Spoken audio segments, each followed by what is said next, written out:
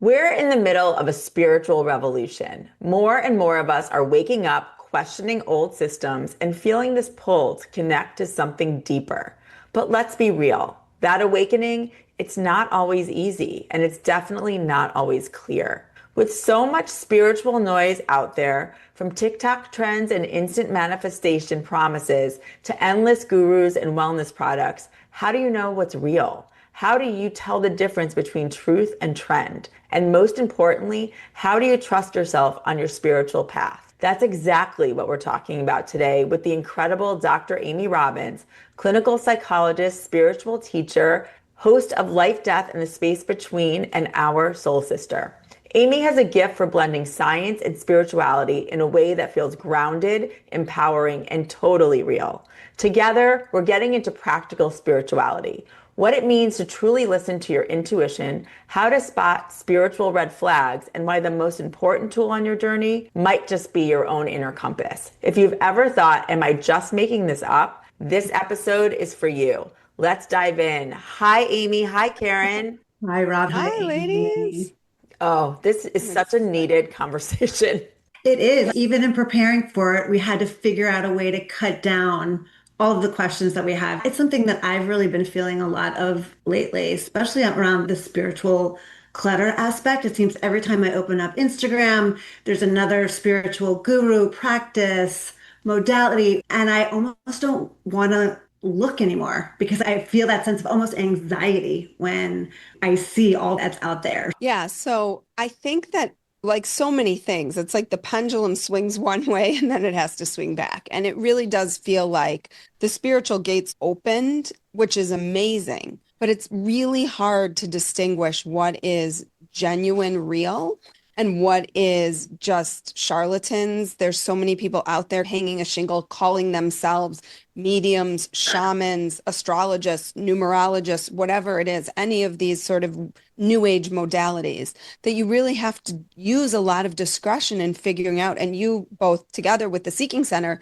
do a great job of filtering through so much of that noise because you vet so many of these new age practitioners to make sure that they do have the utmost integrity, authenticity, and that they are really good and well versed at their practice, which I think is something that I care deeply about. And I think it's so important if we want people to engage with these treatment modalities that they're doing it in a way that's responsible and that's furthering their healing, not harming them.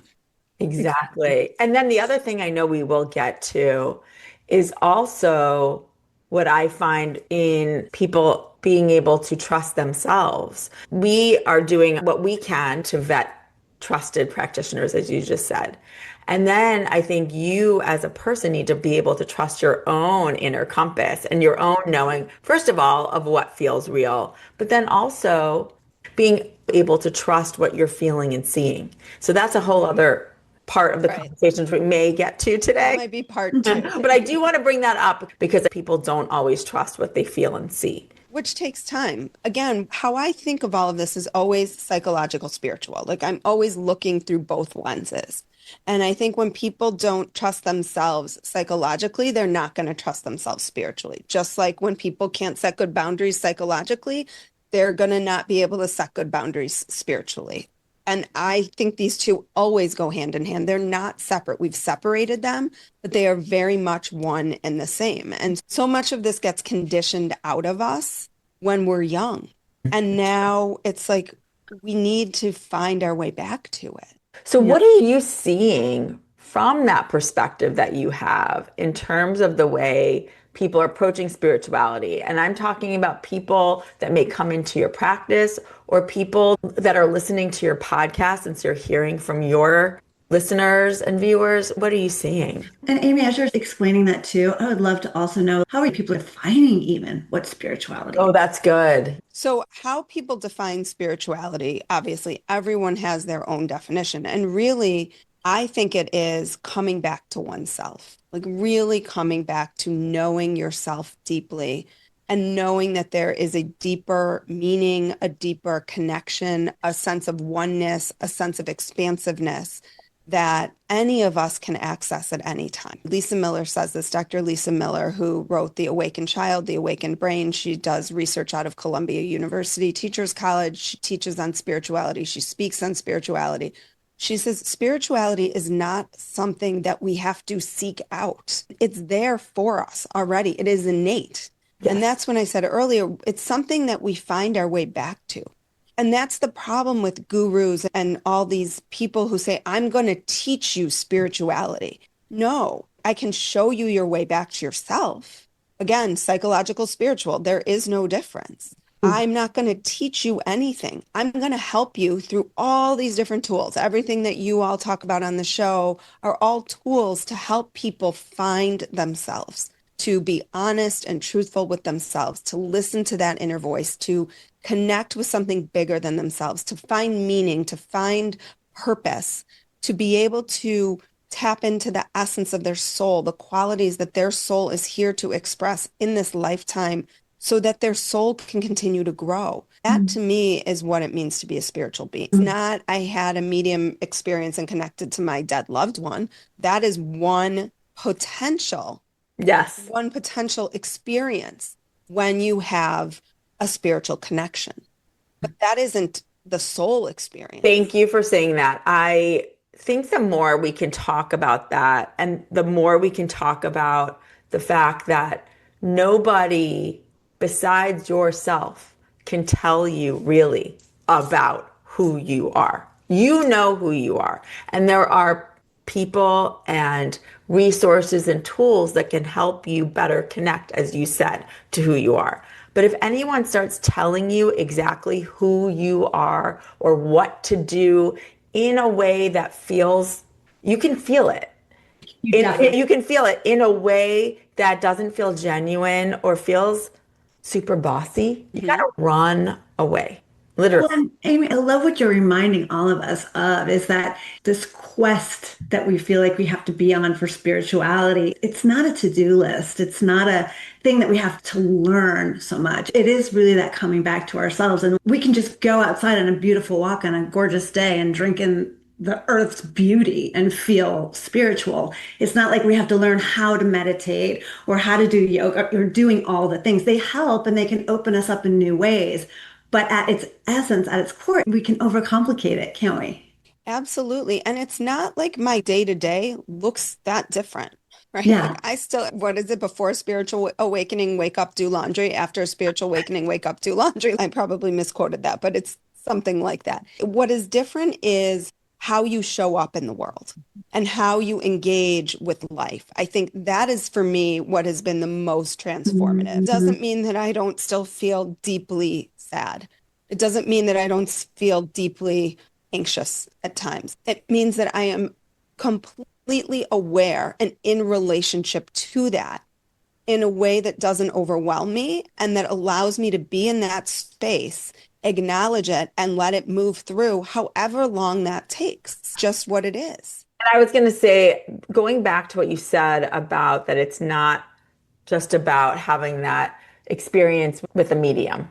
That to me, and Karen and I have talked about this a ton, which is that's a gateway. Yes. It's a source of healing. It can help heal loss or help you heal. It doesn't just heal it, but it gives you comfort that some people know they need and others don't even realize that they need it. And then it gives you that opportunity to understand that there's more to everything, right? That there is this energy, there is this ability that we all live on after we pass on. And so it gives you that belief, but then it should make you hopefully more curious if that's your first experience with this. And so I was just having this conversation with people because I think so many who are maybe newer to understanding what spirituality is believe that's what spirituality is. And the more you understand and the more you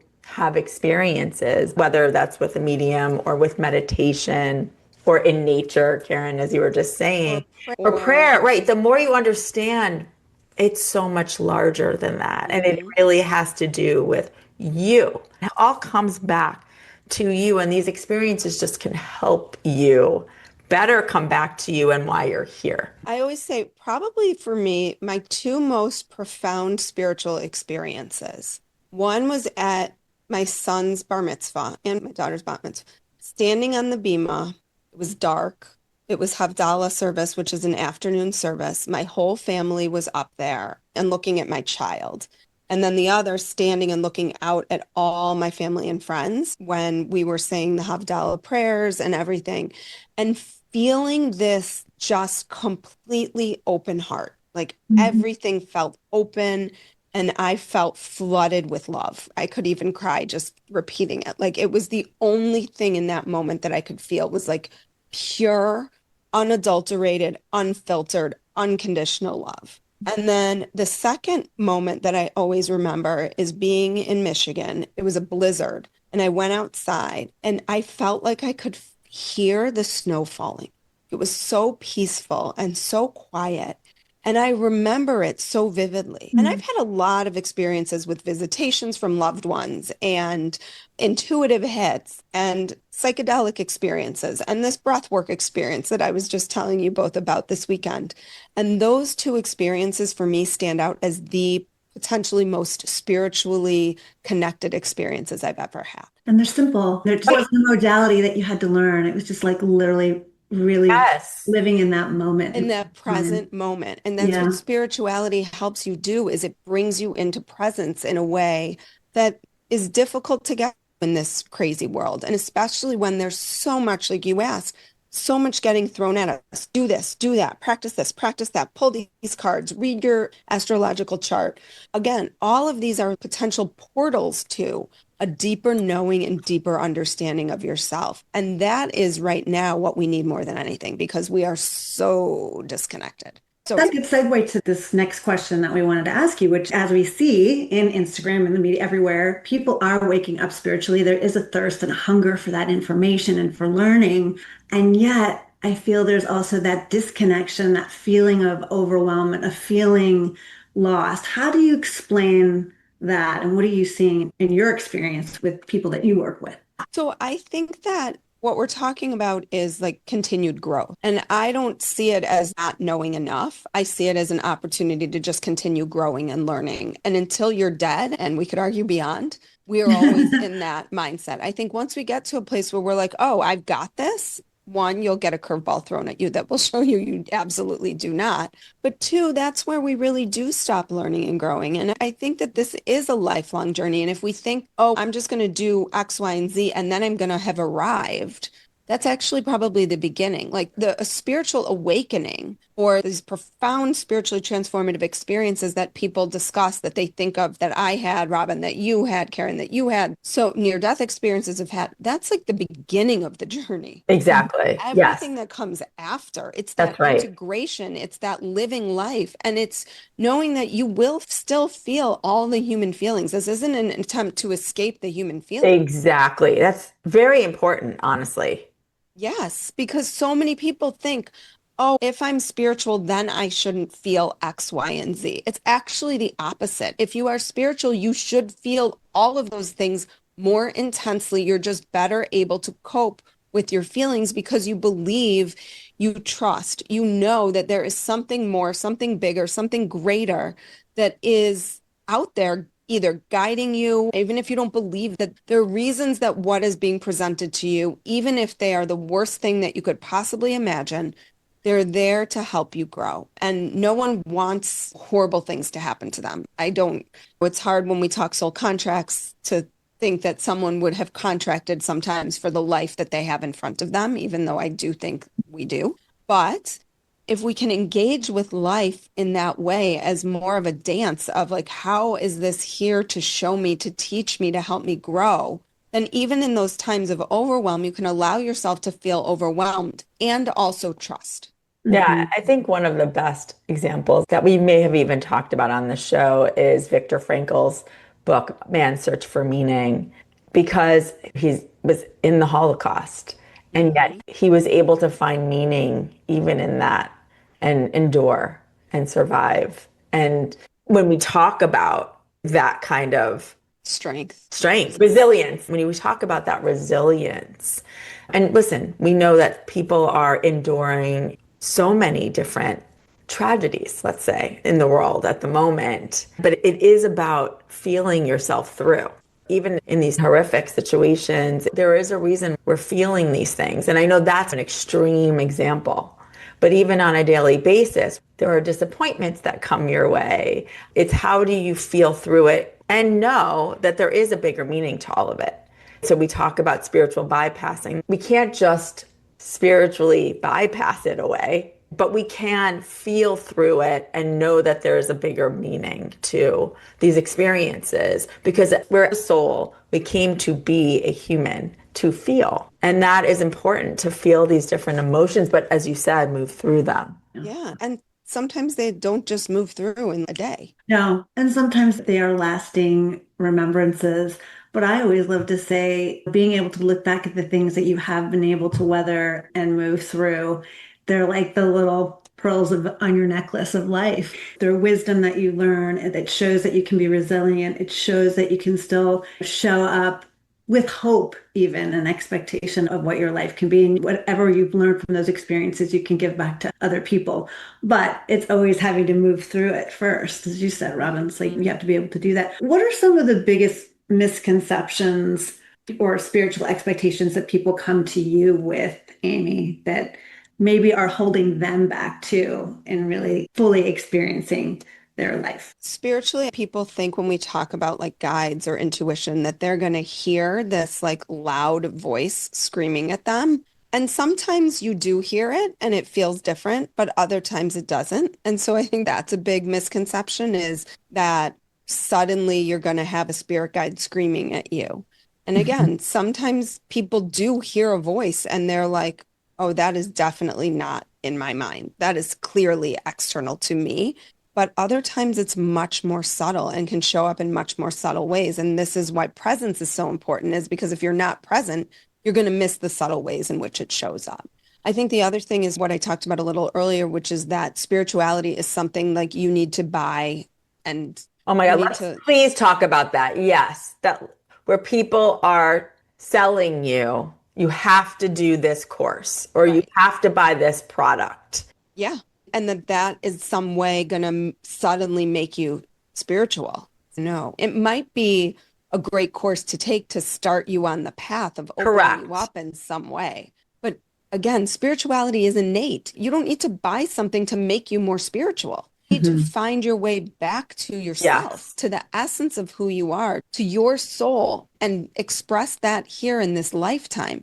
And then everything else just starts to fall into place when you're true to yourself. One of my tenets I always say is I really feel like I can tell when someone you can usually trace back if someone has some sort of anxiety disorder, depression, when they stopped listening to themselves. Not always, but often. When they stopped trusting that own inner voice, that own inner knowing, when they made the decision that they knew was not a great decision to make, that led them down a path that they got so far down, they felt like they couldn't turn back.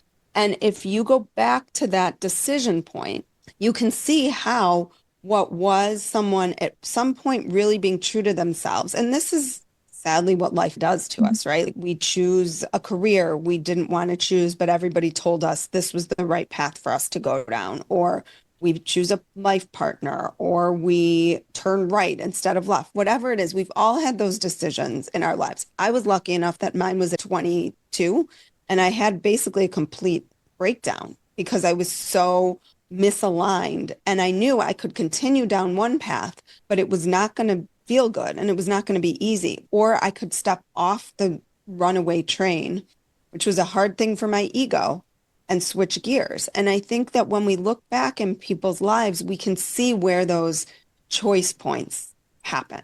And I think that's where our soul becomes misaligned. And then we are making decisions from a place of ego or from what other people tell us.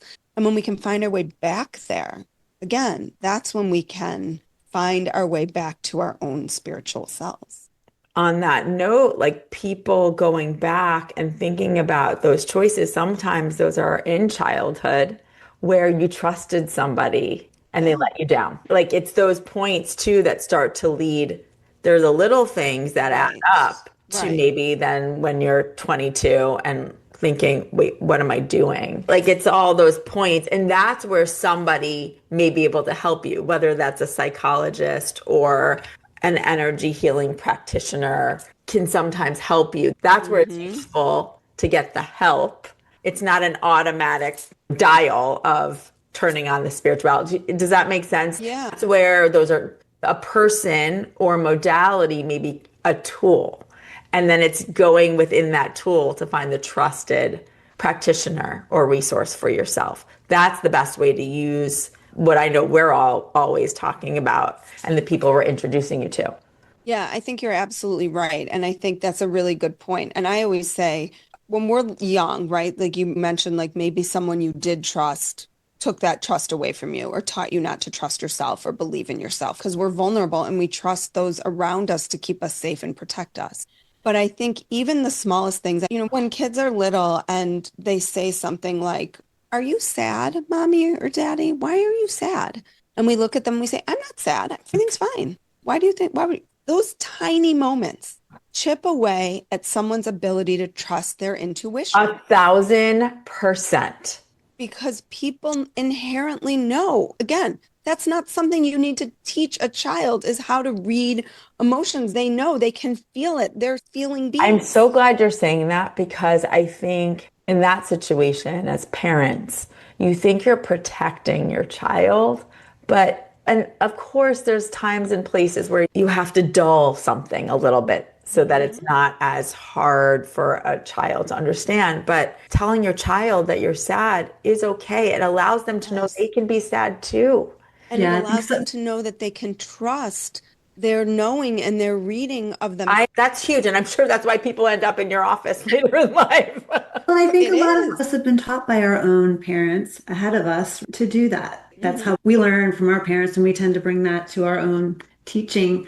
Everything you're saying is like really resonating with me in the sense that so many people, I feel, get to a certain point in their life too, maybe before they show up in your office. Something goes wrong, there's a breakup, breakdown, whatever it is. What do you say to those people who show up there and they're like, they literally feel they can't get back to that source of themselves if they're really lost and they're like, I feel like I've just come down this road so long, I just don't even know how to get back there. I don't even know how to find that essence of who I am. It's been so many years since I even can remember that person Mhm. because there's so many layers of me that is my job, my marriage, my own self-esteem. How do you even begin to get back on that path? First, I always try to understand one, when someone says, I feel like I've done everything, I want to understand what that means.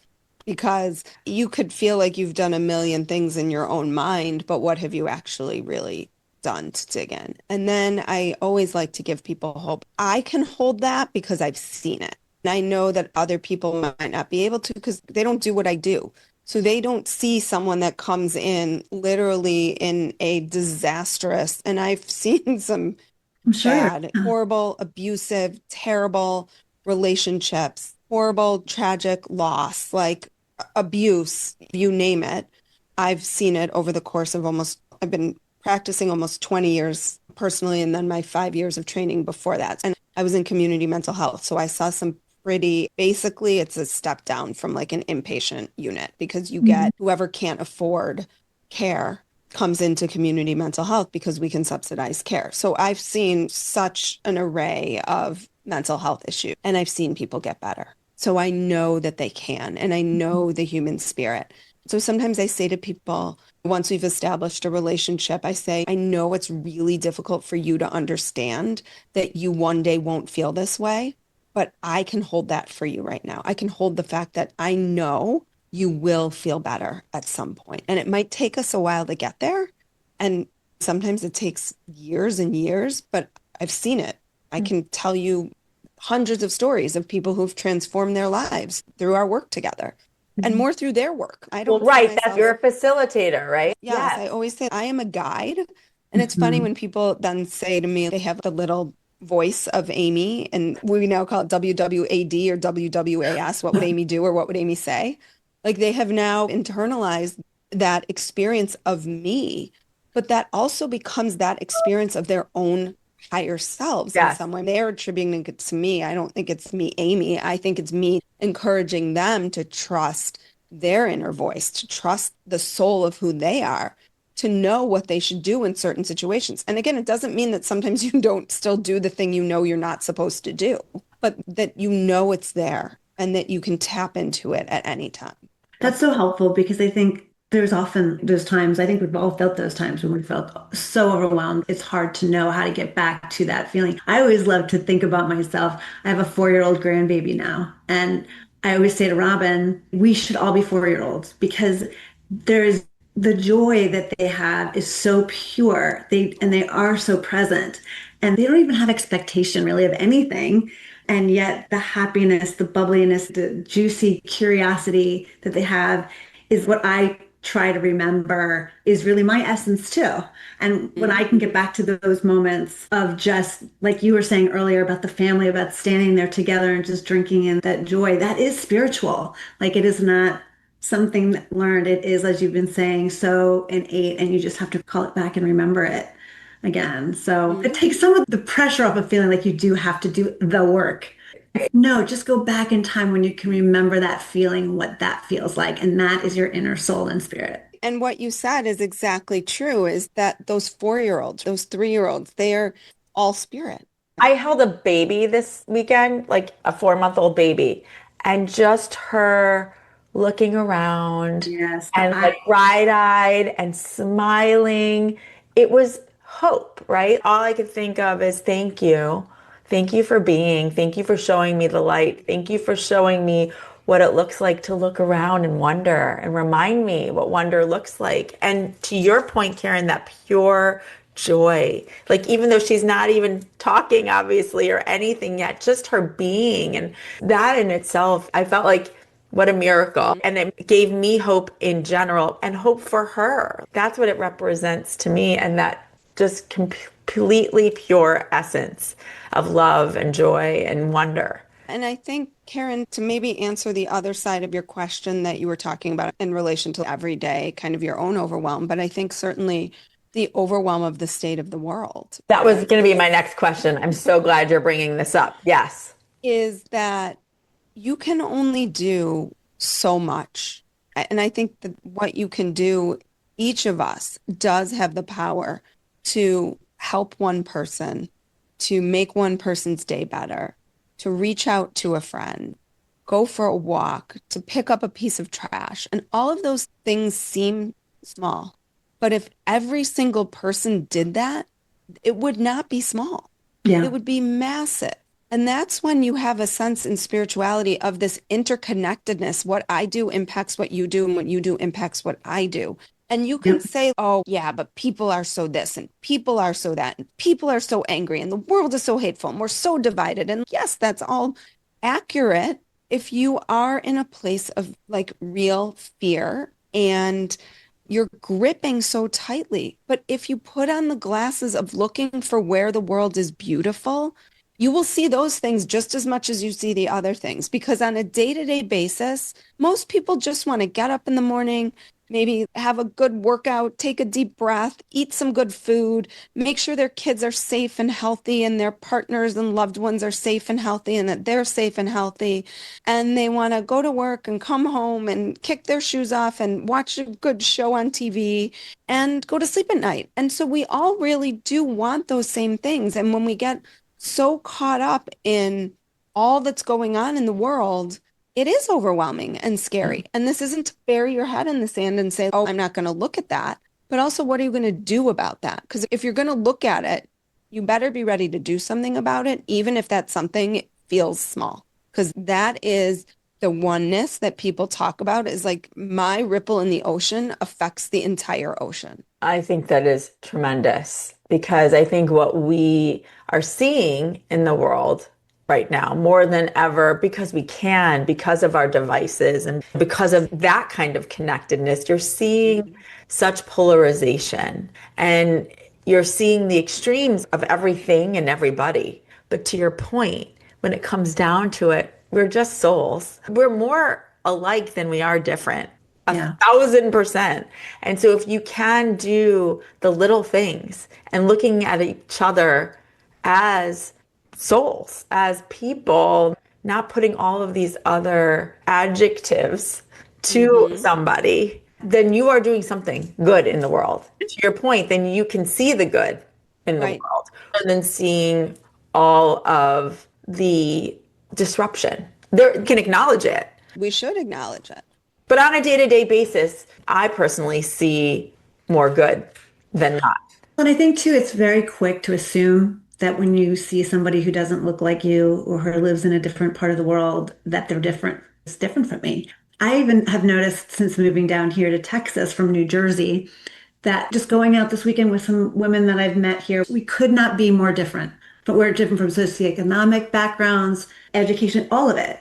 And yet, I felt like this weekend, if I was sick tomorrow, those women would show up for me in a heartbeat and they would help take care of my family and cut my lawn. Or my point is that it's so easy and quick to assume things that just aren't true and that we are all spirits and souls here. And even though we've been brought up believing different things, we have so much more in common than we realize. And the same thing, to love and be loved. That's right. And I think the more you can lean into that rather than, I think within social media or on television, is just fear over and over because fear is powerful. So is love. So if you can lean into the power of love amongst all of us and what we really all come from and what we all believe is that we come from love. If you can lean into that, then it will make every day and it will make the vibration of our world better. It does have a ripple effect, to your point. I think that is huge. And I was sharing, I'd referenced this earlier, but I was sharing before with you both about the sound bath that I did this weekend and how one of the messages that came through really profoundly was it was like I was being beaten over the head with keep opening your heart to love. Do not close your heart. You need to continue to open your heart to love as much as you can because that is the only thing that's going to shift this consciousness. And it is shifting, but it has to be love. It has to be love. It has to be love. Kept coming back as messages and messages in all different ways. I was hearing it. I was feeling it. I was seeing it. It was like the heart was opening. It was all the message was about just love. I feel like we're all being called in that way in some shape or form. To go back to even where we were from the very beginning of this yearning for the spirituality in our lives. We feel it somehow within ourselves, no matter how we've been brought up, that there's something more we want to give to the world, that there's an understanding that we really want to have about ourselves, that we've just never really been able to have the luxury of, it feels like in past generations, because it's always been about survival. But now it feels that everybody in some shape or form are being called to that understanding within themselves and wanting to make the world a better place. Genuinely, I think at the heart of everyone, there is that desire to have a planet that we can all be proud of, safe in, not be living in fear. And I believe it's possible. I think all of the things that we talk about all the time, it does start with ourselves, Amy, as you said, it starts within our own self and understanding. But if we can all just get there, it would make everything. I wanted to just touch on some myths that I think we're bombarded with on an ongoing basis. And are there a few that we can all touch on that can help people pay more attention to their own inner compass and also into that frequency of love? So, what are some of the rules that you see floating around that don't hold up and that people need to have a better radar around? I think some of them we've touched on, which is one that you have to seek out something spiritual to be spiritual. You could sit in your backyard or in a park today, and that's all you need, really, and just bring yourself into presence. Breath is that too.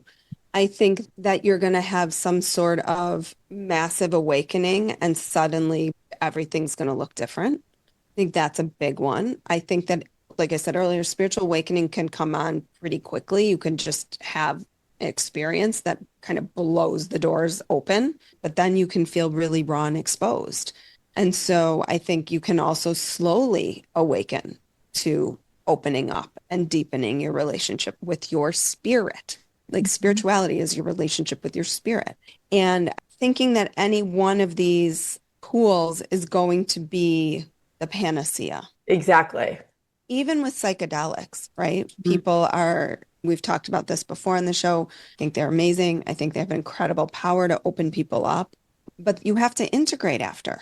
You don't just have this experience. If everything's changed and you're not regrounded and integrating, there's potential real scary things that can happen.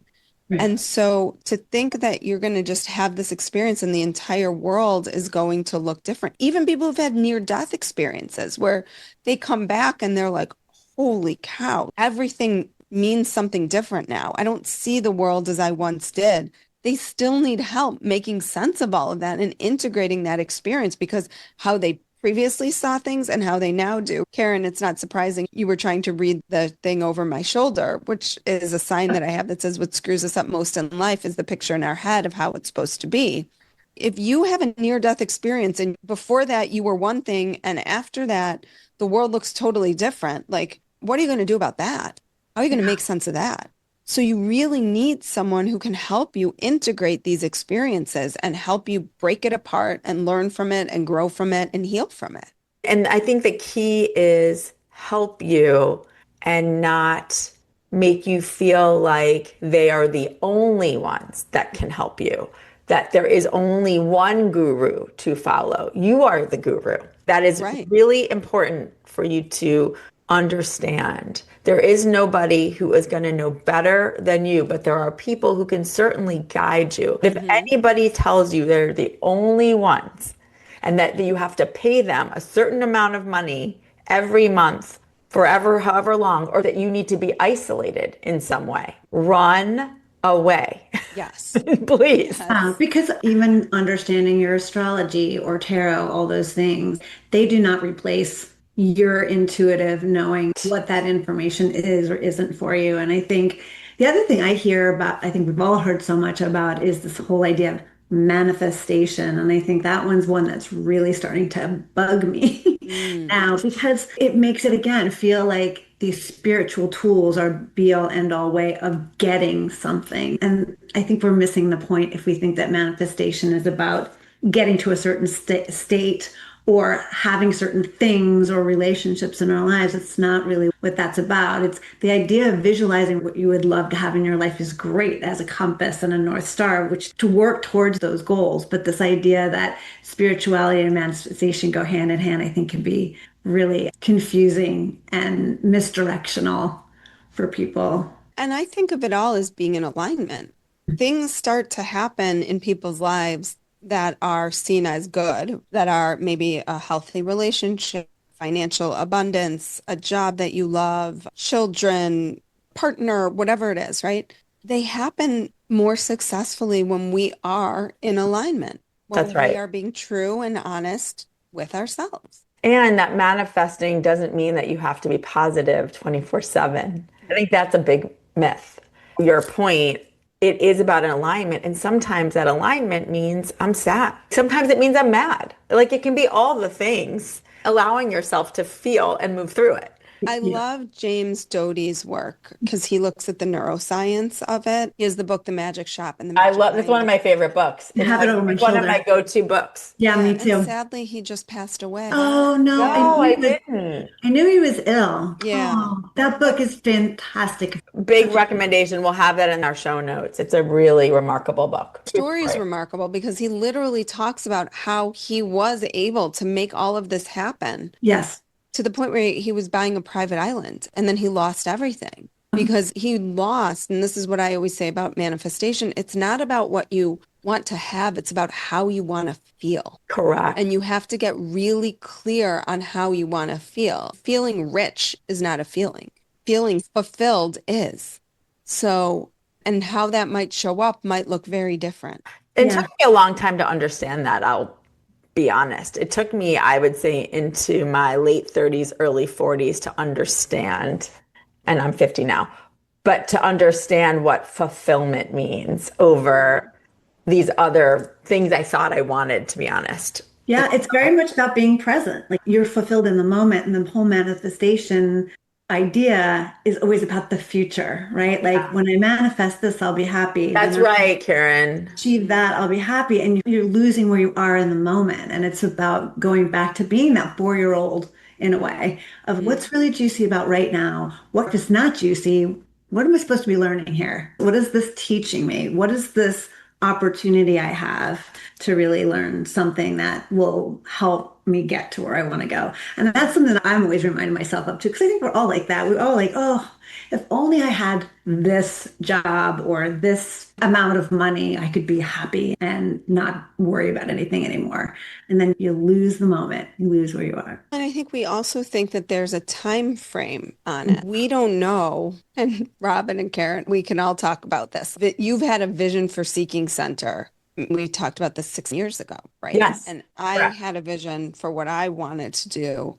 And it's taken a really long time to get Yeah. clarity on that. That's Yeah. right. A really long, much longer than I would have hoped for and wanted. We've been working on, both of us, our processes have really paralleled each other in terms of where we're going. And every time I think I have clarity, and then I get more clarity, and then I get more clarity. But what I've never lost is the vision of what I want to create and how I want to feel when I get there. And I feel, and I know you guys do too, like each time I'm like getting closer and closer to it. And would I have liked it to have been 5 years ago or 4 years ago? Yes and yes. But I also trust that it is going to happen when it's supposed to happen. And it is And happening, I'd say to you. yes, it is happening. But it's only now that I feel like, oh, this is 1,000%. probably what it's supposed to be. That might change. Yeah, and exactly. That might change, and that's okay. It's trusting that there's divine timing in all because we all believe the universe has our back. That, to me, not a myth. The universe Right. has your back. And so, whether things as you perceive them are good or bad, they really are all happening to guide you. And if you can have that kind of awareness. And I would also say, too, back to the whole spiritual clutter thing that we talked about at the very beginning, there are a lot of people out there that are manifesting and are claiming to be that leader of spirituality in their own right, or that practice or modality. But I think what we're learning is that authenticity is built one day at a time and one experience at a time, and really living it and doing the work is part of, I think, what we're all learning about.